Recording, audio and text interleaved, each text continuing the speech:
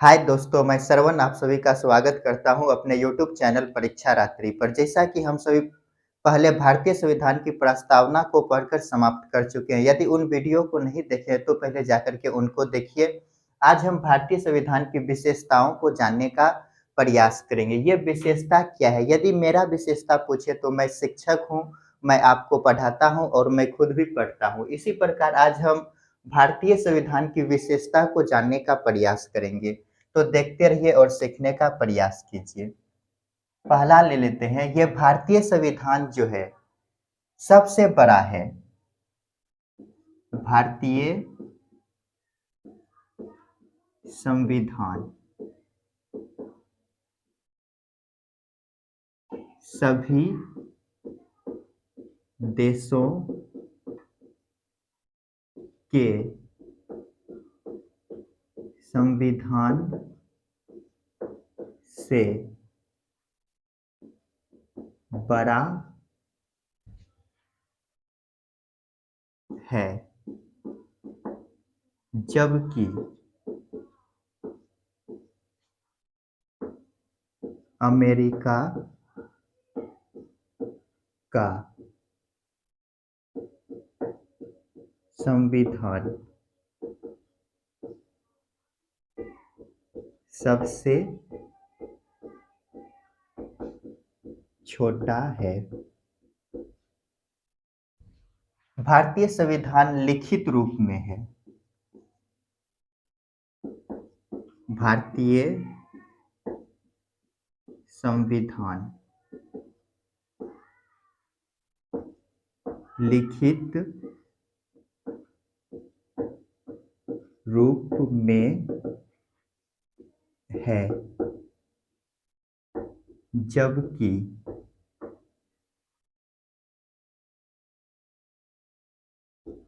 Britain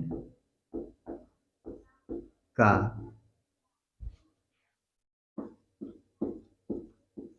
संविधान अलिखित है।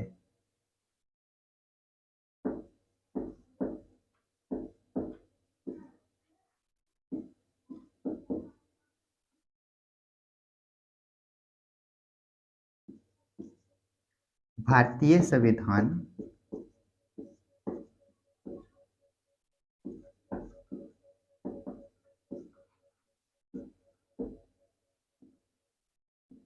आंतरिक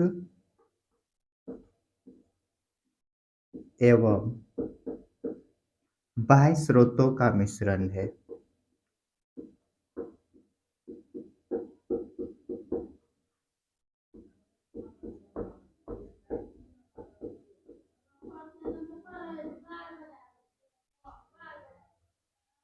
ये आंतरिक क्या है? 1935 के एक्ट से लिया गया प्रावधान और बाह्य स्रोत विदेशों से लिया गया।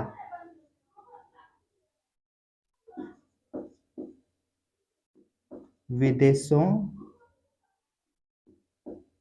से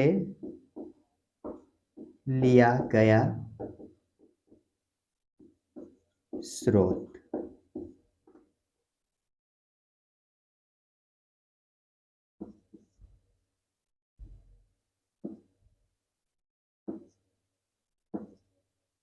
भारतीय संविधान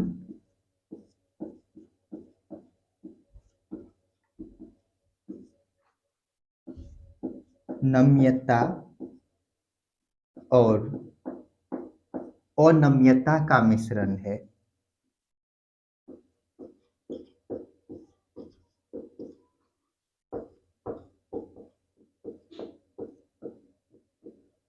ये नम्यता क्या है? तो इसका अर्थ हो गया लचीला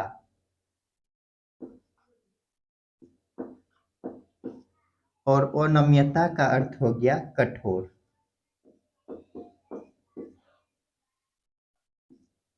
कुछ मामलों को संसद 2/3 बहुमत से पारित कर पास करा लेते हैं। कुछ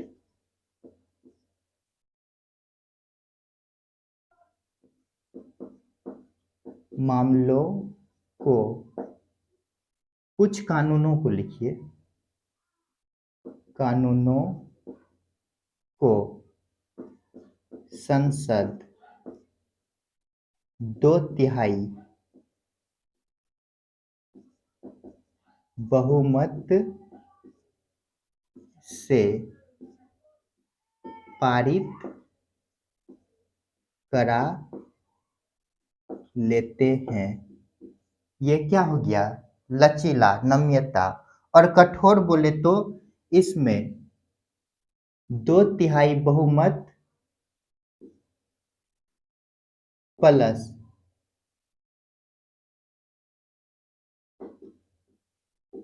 2/3 बहुमत प्लस राज्यों का समर्थन,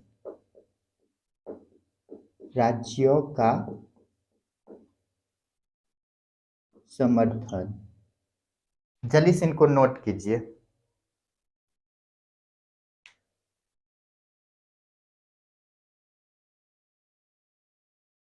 तो इनको पहले समझ लेते हैं। तो ये भारतीय संविधान की विशेषता क्या है, तो इनको जानने का प्रयास करते हैं। ये भारतीय संविधान जो है, सभी देशों के संविधानों में, जितना भी देश का संविधान है, सब देशों के संविधानों में सबसे बड़ा, जबकि अमेरिका का संविधान, अमेरिका जो देश है, इसका संविधान सबसे छोटा है। यहां लिख लीजिए, संविधान सभी देशों के संविधानों से बड़ा है। ठीक है। ये दूसरा पॉइंट जो है, भारतीय संविधान लिखित रूप में है। भारतीय संविधान जो है कि एक लिखित किताब के रूप में है, जबकि ब्रिटेन का संविधान अलिखित है, अर्थात ब्रिटेन का राजा जो बोल दिया वही कानून माना जाता है, अलिखित रूप में है। तीसरा पॉइंट है, भारतीय संविधान आंतरिक तथा बाह्य स्रोतों का मिश्रण है। मिश्रण का मतलब मिला हुआ। आंतरिक स्रोत यदि बोले, 1935 के एक्ट से जो भी प्रावधान लिए गए हैं उसे आंतरिक स्रोत में रखा जाता है। और बाहरी स्रोत को यदि देखें, जो विदेशों से लिया गया है, जो भी बातें विदेशों से भारत में ग्रहण किया है उसे बाह्य स्रोत के अंतर्गत रखा गया है। भारतीय संविधान जो है, नम्यता, नम्यता बोले तो लचीला, और अनम्यता, अनम्यता बोले तो कठोर का मिश्रण है। ये लचीला कैसे है और कठोर कैसे है? तो कुछ कानूनों को संसद जो है 2/3 बहुमत से करा लेते हैं, ये हो गया लचीला। और कुछ में क्या है, 2/3 बहुमत तो चाहिए प्लस राज्यों का समर्थन भी चाहिए, ये हो गया अनम्यता। जल्दी से इनको नोट कीजिए।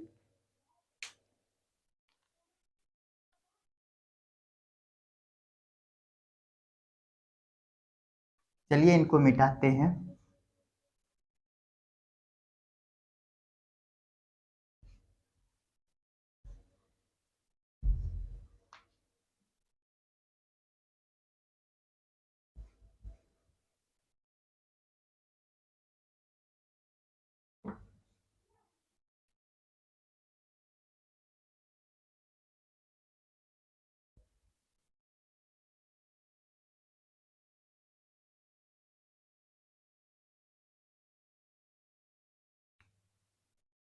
पॉइंट हो जाएगा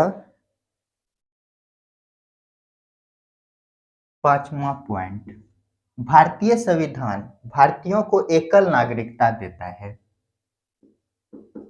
भारतीय संविधान भारतीयों को एकल नागरिकता देता है। इसी में लिख लीजिए, जबकि यूएसए, अमेरिका में दोहरी नागरिकता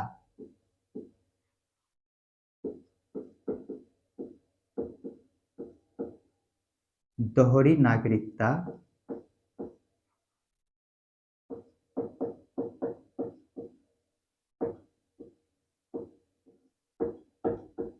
दिया गया है। दोहरी नागरिकता का मतलब हो गया यहाँ पर केंद्र और राज्य, केंद्र प्लस राज्य। यहाँ जो है भारत में सिर्फ केंद्र की नागरिकता प्राप्त होता है।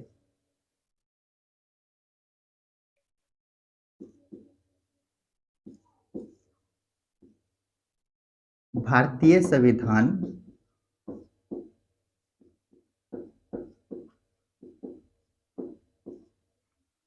भारतीयों को मौलिक अधिकार प्रदान करते हैं। मौलिक अधिकार प्रदान किया है।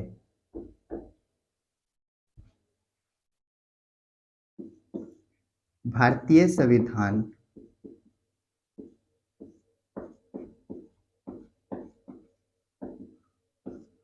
राज्यों को राज्य के नीति निर्देशक तत्व प्रदान किए हैं। राज्य के नीति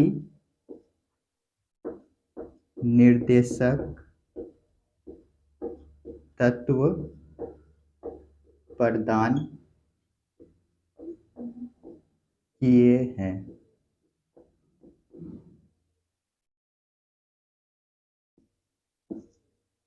भारतीय संविधान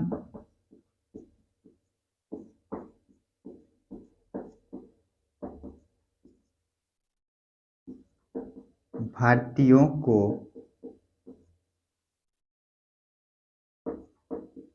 मौलिक कर्तव्य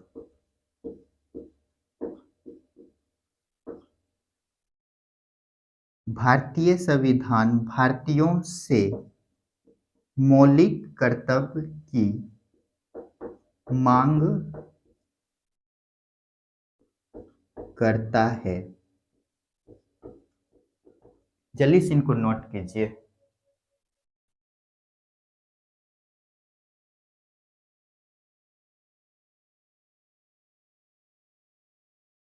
यहीं पे लिख लीजिए सार्वभौमिक मताधिकार।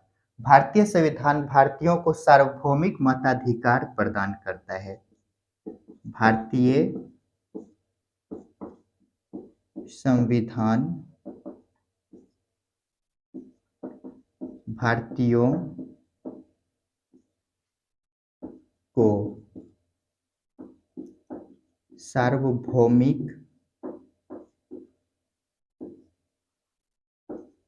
मताधिकार प्रदान करता है। इसी के तहत पहले जो है कि वोट देने की आयु पहले 21 वर्ष था, अब 61वां संविधान संशोधन कॉन्स्टिट्यूशनल अमेंडमेंट 1989 के द्वारा 18 वर्ष किया गया। जल्दी से इनको नोट कीजिए।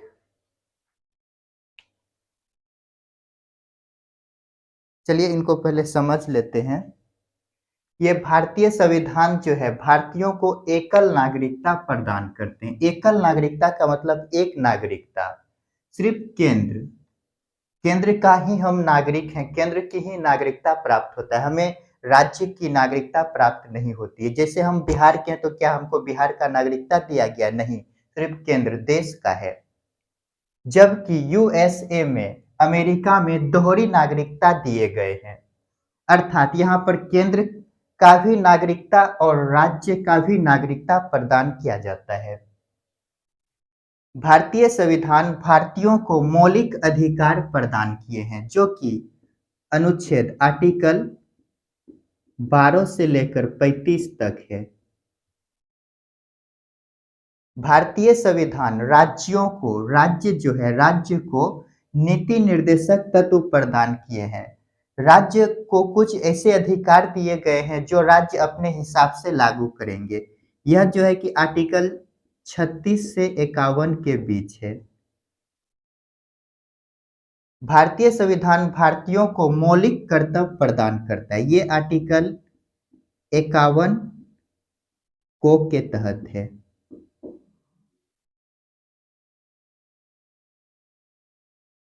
भारतीय संविधान भारतीयों को सार्वभौमिक मताधिकार प्रदान करता है, जिसकी आयु पहले जो है कि 21 वर्ष था, लेकिन 61वां संविधान संशोधन 1989 में किया गया और इसके तहत आयु 18 वर्ष कर दिया गया।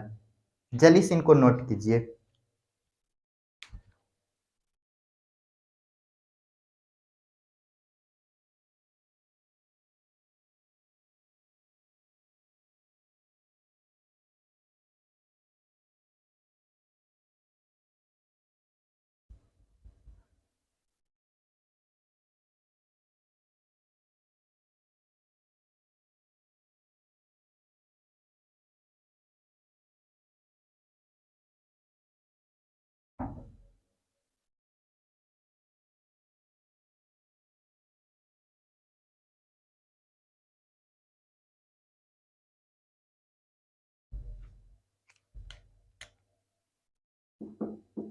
भारतीय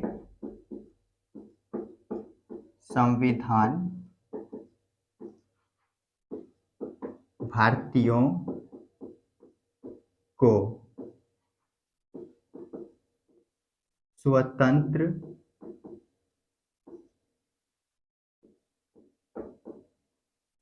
निष्पक्ष,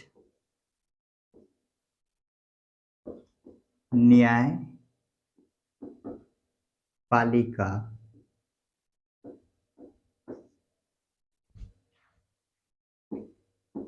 प्रदान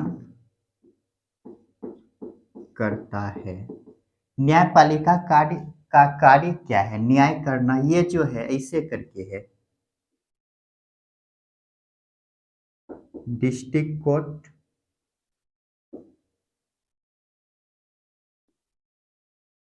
high court, supreme court.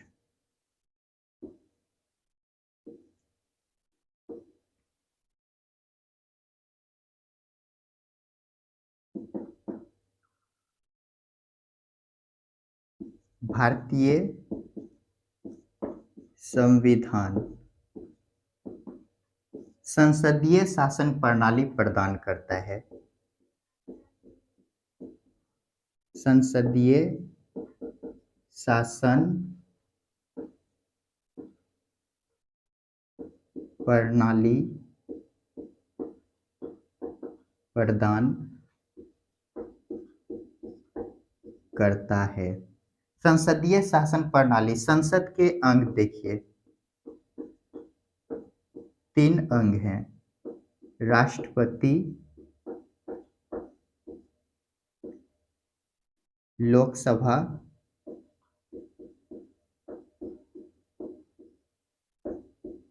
Rajya Sabha. जल्दी से इनको नोट कीजिए।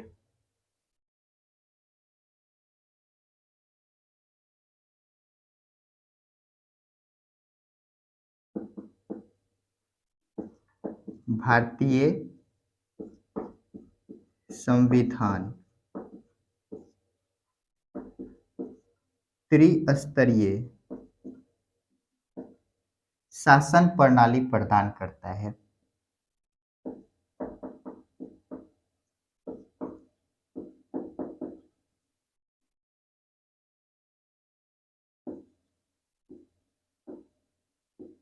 प्रदान करता है। ये त्रिस्तरीय क्या है? तो 3 स्तर पे, केंद्र,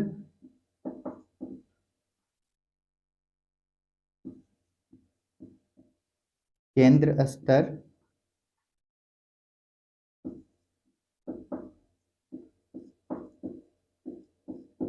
सुप्रीम कोर्ट, राज्य स्तर,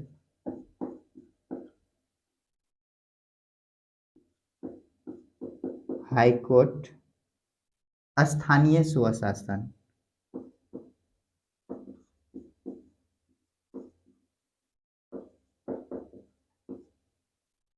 स्वशासन। जल्दी से इनको नोट कीजिए।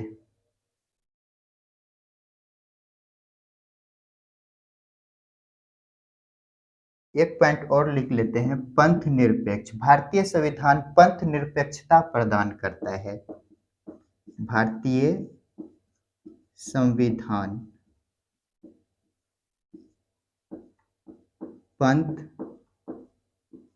निरपेक्ष है, अर्थात राज्य का कोई धर्म नहीं होगा। राज्य का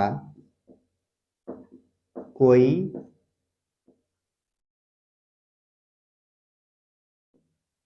धर्म नहीं होगा। यहां पे लिखते हैं कुछ पॉइंट। भारतीय संविधान में अनुच्छेद 395 भाग 22, अनुसूचियां पहले ले लीजिए, अनुसूचियां